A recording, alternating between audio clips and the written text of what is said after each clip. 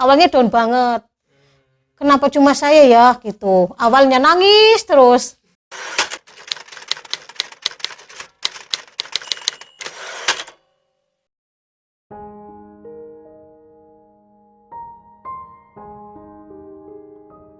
Nama saya Asmawati, ibu dari teller yang bernama Faila Indana.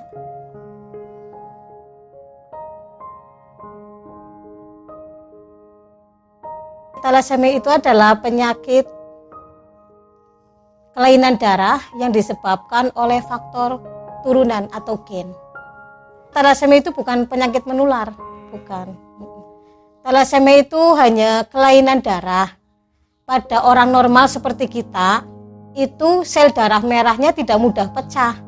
Itu bertahan selama 3 bulan atau 120 hari. Habis itu produksi lagi. Tapi kalau penderita thalassemia, itu sel darah merahnya mudah pecah, bertahan cuma 20-30 hari. Makanya perlu adanya transfusi darah secara rutin selama seumur hidup.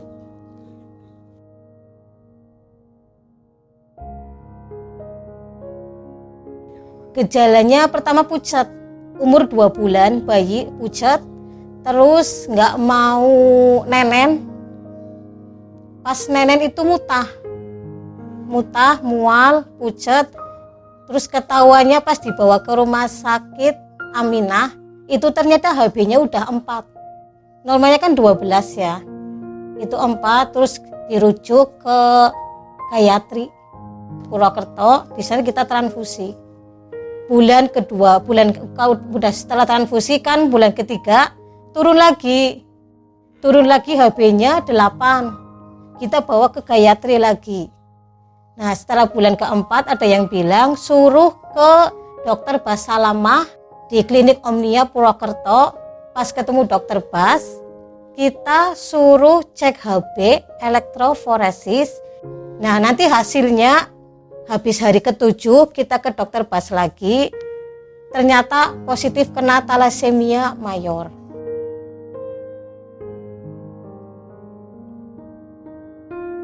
Ya merasa kenapa cuma saya yang kena kayak gitu loh.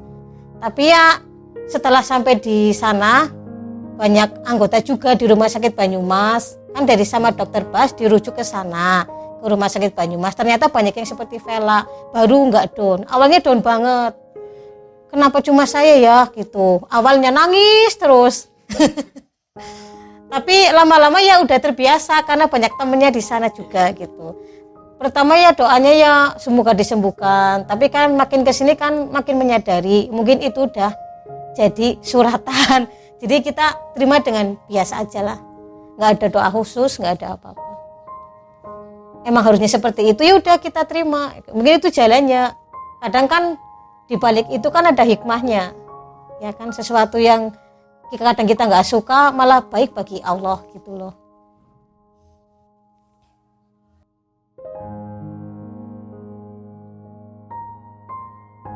Rutin transfusi, habis itu kan dikasih obat kelasi besi. Obatnya itu tujuannya untuk menetralisir zat besi yang masuk pada saat transfusi secara terus-menerus. Nanti kan dinetralisir sama obat periprok itu. Nah obatnya nanti diminum untuk supaya zat besinya keluar. Soalnya kalau zat besi yang ada di dalam tubuh nggak keluar, nanti akan ada pembengkakan, efek samping dari transfusi itu. Pembengkakan pada limfa, jantung gitu. Makanya kita disuruh mengkonsumsi itu setiap habis transfusi. Jadi itu harus rutin. Habis transfusi kita dikasih obat.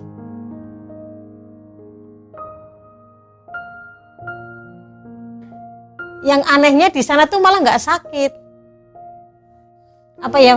Jam 12 malam mandi pun nggak ada pengaruh. Jadi mungkin lingkungan sih ya, mungkin di sana kan suci, jadinya yang tadinya panas minum air zam-zam pun jadi sembuh, batuk minum air zam-zam jadi sembuh, jadi nggak bawa obat, nggak ada dokter. Tapi pas Vela kena sakit panas, batuk, pilek, cukup minum air zam-zam udah sembuh sendiri. Kalau di sana pengalaman di sana, tapi kalau di sini beda. Awalnya panas, baru datang di pesawat panas banget, pas sampai Madinah kita minum air zam-zam, tapi langsung sembuh. Iya, banyak keajaiban lah kalau di sana.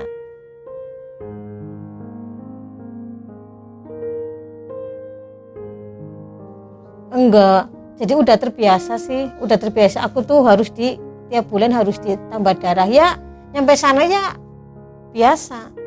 Jadi kayaknya nggak ada beban gitu, karena udah terbiasa mungkin. Tapi selama ini kan dia tetap menerima, nggak pernah protes, nggak pernah apa, tetap ke Banyumas transfusi iya gitu, nggak pernah nolak.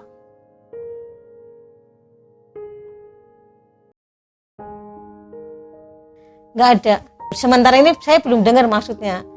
Soalnya kan cuma transfusi secara rutin sama minum itu, obat kelasi besi.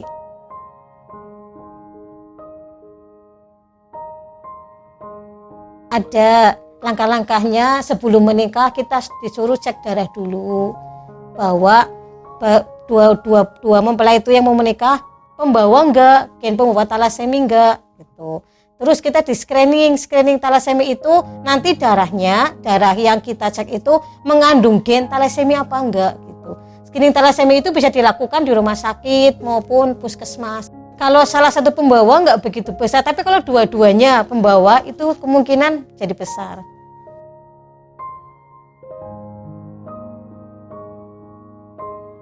Punya, soalnya banyak contohnya yang udah nikah. Penderita talasemi, nikah sama orang yang bukan penderita talasemi, anaknya normal. Banyak yang seperti itu. Misal Vela besok mau menikah, jangan sama orang yang penderita talasemi juga. Iya, cek dulu supaya anaknya nggak jadi penderita talasemi. Pacaran tes dulu lah ya.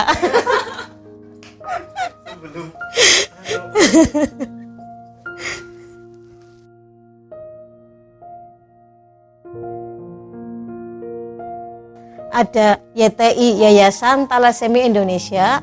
Itu pusatnya kita di Rumah Sakit Umum Banyumas. Ya, kita dari beberapa kota, Kebumen, Tegal, Brebes, Banyumas juga. Terus kemarin Salem juga ada. Pokoknya kumpulan di situ yang jadi anggota talasemi di situ, yang anaknya terkena gitu loh. Terkena jadi anggota talasemi di situ. Udah banyak 500, sekitar 500 sama 400 gitulah anggotanya udah di Banyumas. Jadi setiap hari itu ada penambahan terus. Ada aja yang kena gitu. Bukannya berkurang tapi malah bertambah.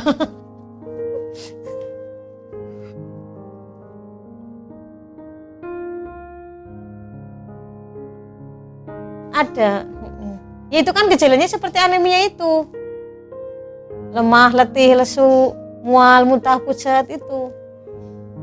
Jadi misal ada umur 30 gejalanya kayak gitu, bukan anemia, ya insya Allah, bukan insya Allah sih. Kayaknya talasemi. Ada orang tua juga ada yang baru ketahuan, nenek-nenek baru ketahuan talasemi ya ada.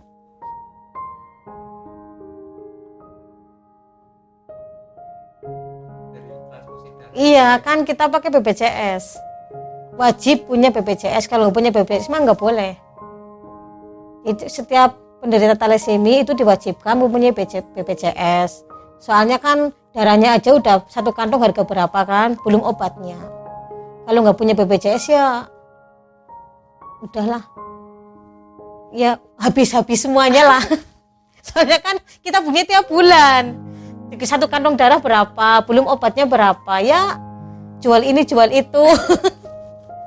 Untungnya pemerintah mengadakan wajib punya BPJS. Jadi dapat bantuan dari pemerintah lah ya.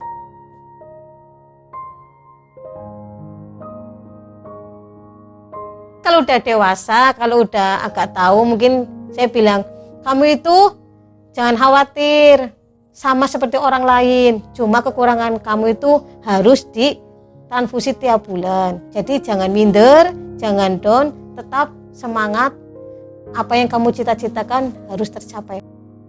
Saya pribadi, ibu dari Vela Indana, mengucapkan selamat Hari Talasemia Sedunia yang jatuh pada tanggal 8 Mei 2020 kemarin. Semoga tidak ada lagi penambahan pasien talasemia.